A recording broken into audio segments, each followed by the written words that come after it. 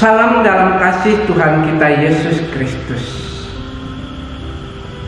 Bapak Ibu Saudara-saudari yang dikasihi Tuhan, selamat berjumpa kembali dalam channel Inspirasi Sabda bagi Keluarga, Komisi Keluarga Keuskupan Agung Medan.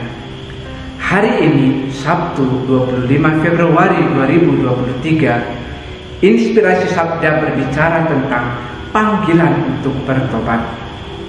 Inspirasi Sabda hari ini diambil dari Injil Lukas bab 5 ayat 27 sampai 32. Inilah Injil suci menurut Lukas. Dimuliakanlah Tuhan. Sekali peristiwa, Yesus melihat seorang pemungut cukai yang bernama Lewi sedang duduk di rumah cukai. Yesus berkata kepadanya, "Ikutlah aku." Maka berdirilah Lewi dan meninggalkan segala sesuatu, lalu mengikut dia. Lalu Lewi mengadakan suatu perjamuan besar untuk Yesus di rumahnya. Sejumlah besar pemungut cukai dan orang-orang lain ikut makan bersama-sama dengan dia. Orang-orang Farisi dan ahli-ahli Taurat bersungut-sungut kepada murid-murid Yesus, "Mengapa kamu makan dan minum bersama dengan pemungut cukai dan orang berdosa?" Lalu jawab Yesus kepada mereka, "Bukan orang sehat yang memerlukan tabib, tetapi orang sakit. Aku datang bukan untuk memanggil orang benar, tetapi orang berdosa, supaya mereka bertobat." Demikianlah sabda Tuhan. Terpujilah Kristus. Bapak Ibu Saudara-saudariku yang dikasihi Tuhan, saat ini kita sudah memasuki masa Prapaskah, masa untuk bermetanoia, artinya masa untuk kembali ke jalur yang sebenarnya, yaitu menuju jalan keselamatan. Dalam bacaan Injil yang kita dengarkan hari ini, penginjil Lukas mengisahkan tentang pertobatan seorang Lewi, seorang pemungut cukai. Pemungut cukai dalam pandangan orang-orang Yahudi adalah seorang pemberontak. Pemungut cukai dianggap pemberontak karena mereka berpihak kepada pemerintah Roma yang menetapkan pajak yang sangat tinggi. Tidak jarang bahwa seorang pemungut cukai dengan semena-mena menghentikan seseorang yang sedang dalam perjalanan. Kemudian mereka memeriksa barang-barang itu. Ketika orang itu tidak sanggup memberikan apa yang diminta oleh pemungut cukai, maka pemungut cukai akan menawarkan sebuah pinjaman bagi mereka dengan bunga yang sangat tinggi, sehingga orang itu akan menjadi semakin terhimpit, menjadi semakin susah karena dia tidak sanggup lagi untuk membayar hutang yang diberikan kepadanya.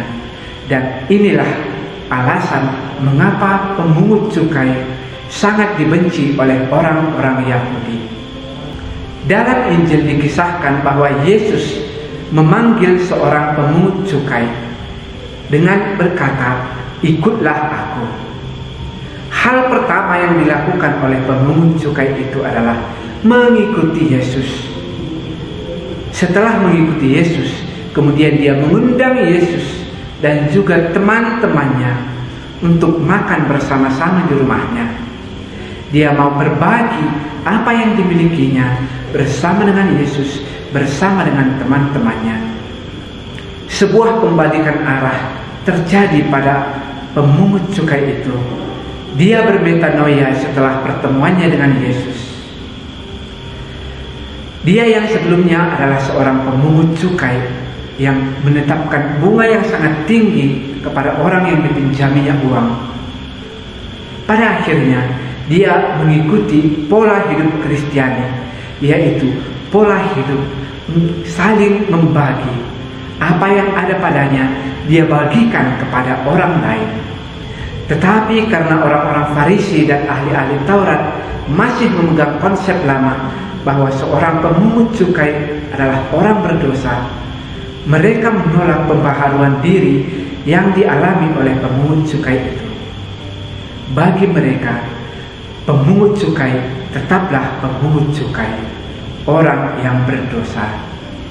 Mereka tidak hanya menolak pembaharuan diri yang terjadi pada pemungut cukai itu, mereka juga bersungut-sungut kepada murid-murid Yesus dengan berkata, "Mengapa kamu makan dan minum bersama-sama dengan pemungut cukai dan orang berdosa?"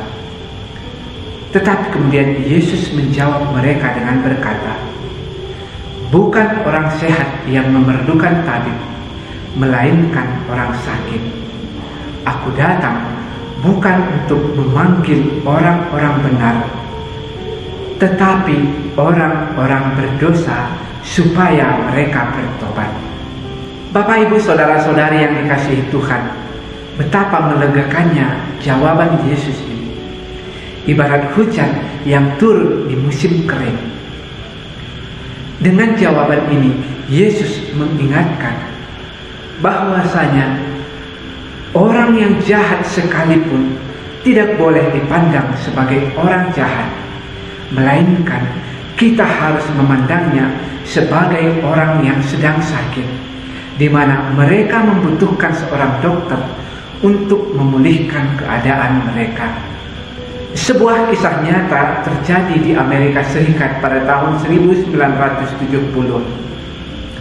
Sebuah peristiwa pemerkosaan dan pembunuhan terjadi pada seorang gadis berusia 21 tahun.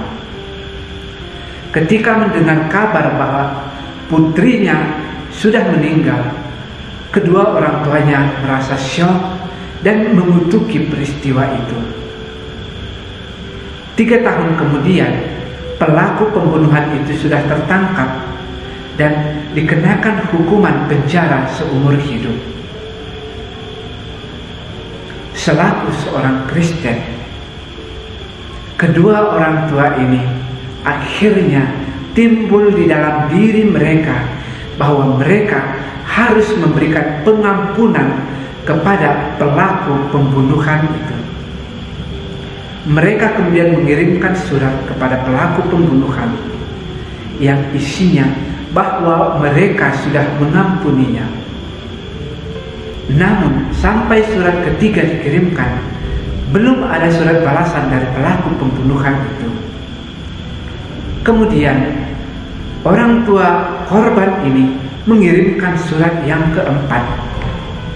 Dalam surat itu mereka berkata kepada pelaku pembunuhan itu, "Bukan suatu kebetulan bahwa Anda ditempatkan di tengah perjalanan hidup kami. Pastilah Allah mempunyai suatu maksud tertentu, suatu rencana yang diatur oleh Allah sendiri." Setelah menerima surat itu, kemudian pelaku pembunuhan itu membalas surat mereka dan dia bersedia untuk bertemu dengan kedua orang tua dari korban pembunuhan itu. Pada waktu yang telah ditentukan, akhirnya mereka bertemu di penjara.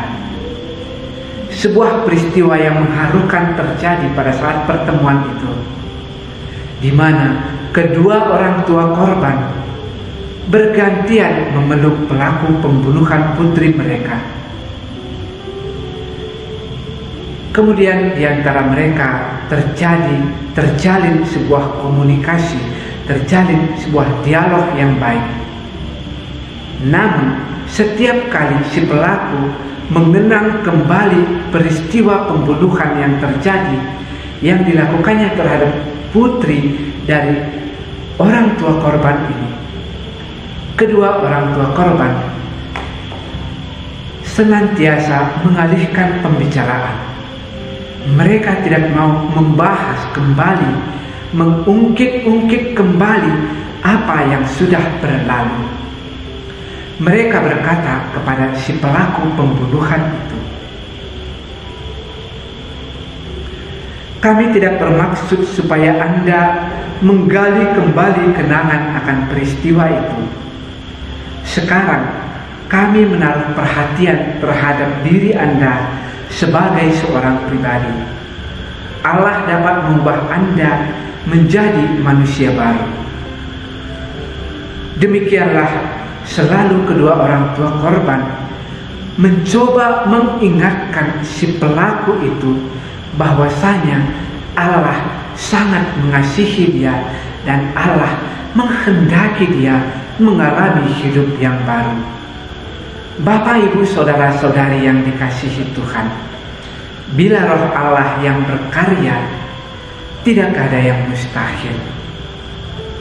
Menyadari mereka sebagai seorang Katolik, mereka merasa bahwa mereka harus memberikan pengampunan, dan bukan hanya sekedar pengampunan. Mereka merasa bahwa tugas mereka adalah memanusiakan kembali pelaku pembunuhan itu. Bapak, Ibu, saudara-saudari yang dikasihi Tuhan, dalam kehidupan kita sehari-hari juga, tentu kita juga sering berhadapan dengan orang-orang yang melakukan kekerasan atau kejahatan.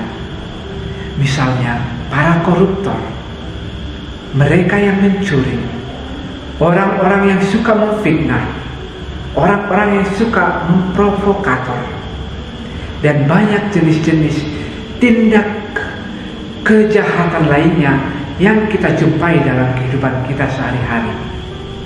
Melalui Injil hari ini, Yesus mengingatkan kita agar kita bukan memandang mereka yang melakukan kejahatan itu sebagai orang yang jahat, melainkan sebagai orang yang sakit yang membutuhkan dokter untuk menyembuhkan mereka. Mungkin di dalam kehidupan kita, di tengah-tengah keluarga besar kita, bisa jadi kita diasingkan, entah itu karena harta warisan, atau di antara tetangga kita dijauhi karena kita melakukan sebuah kebaikan. Inilah saatnya bagi kita pada masa Prapaskah ini, Bapak, Ibu, saudara-saudari sekalian, bahwa saat inilah kita bermetanoia kembali ke jalan menuju keselamatan.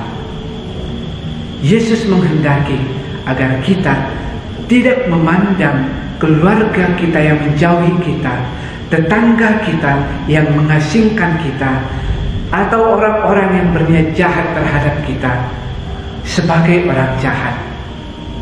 Tetapi Yesus menginginkan kita supaya kita memandang mereka sebagai orang-orang sakit yang membutuhkan pertolongan, yang membutuhkan dokter yang dapat memulihkan keadaan mereka, yang dapat menyembuhkan mereka, paling tidak menyembuhkan batin mereka.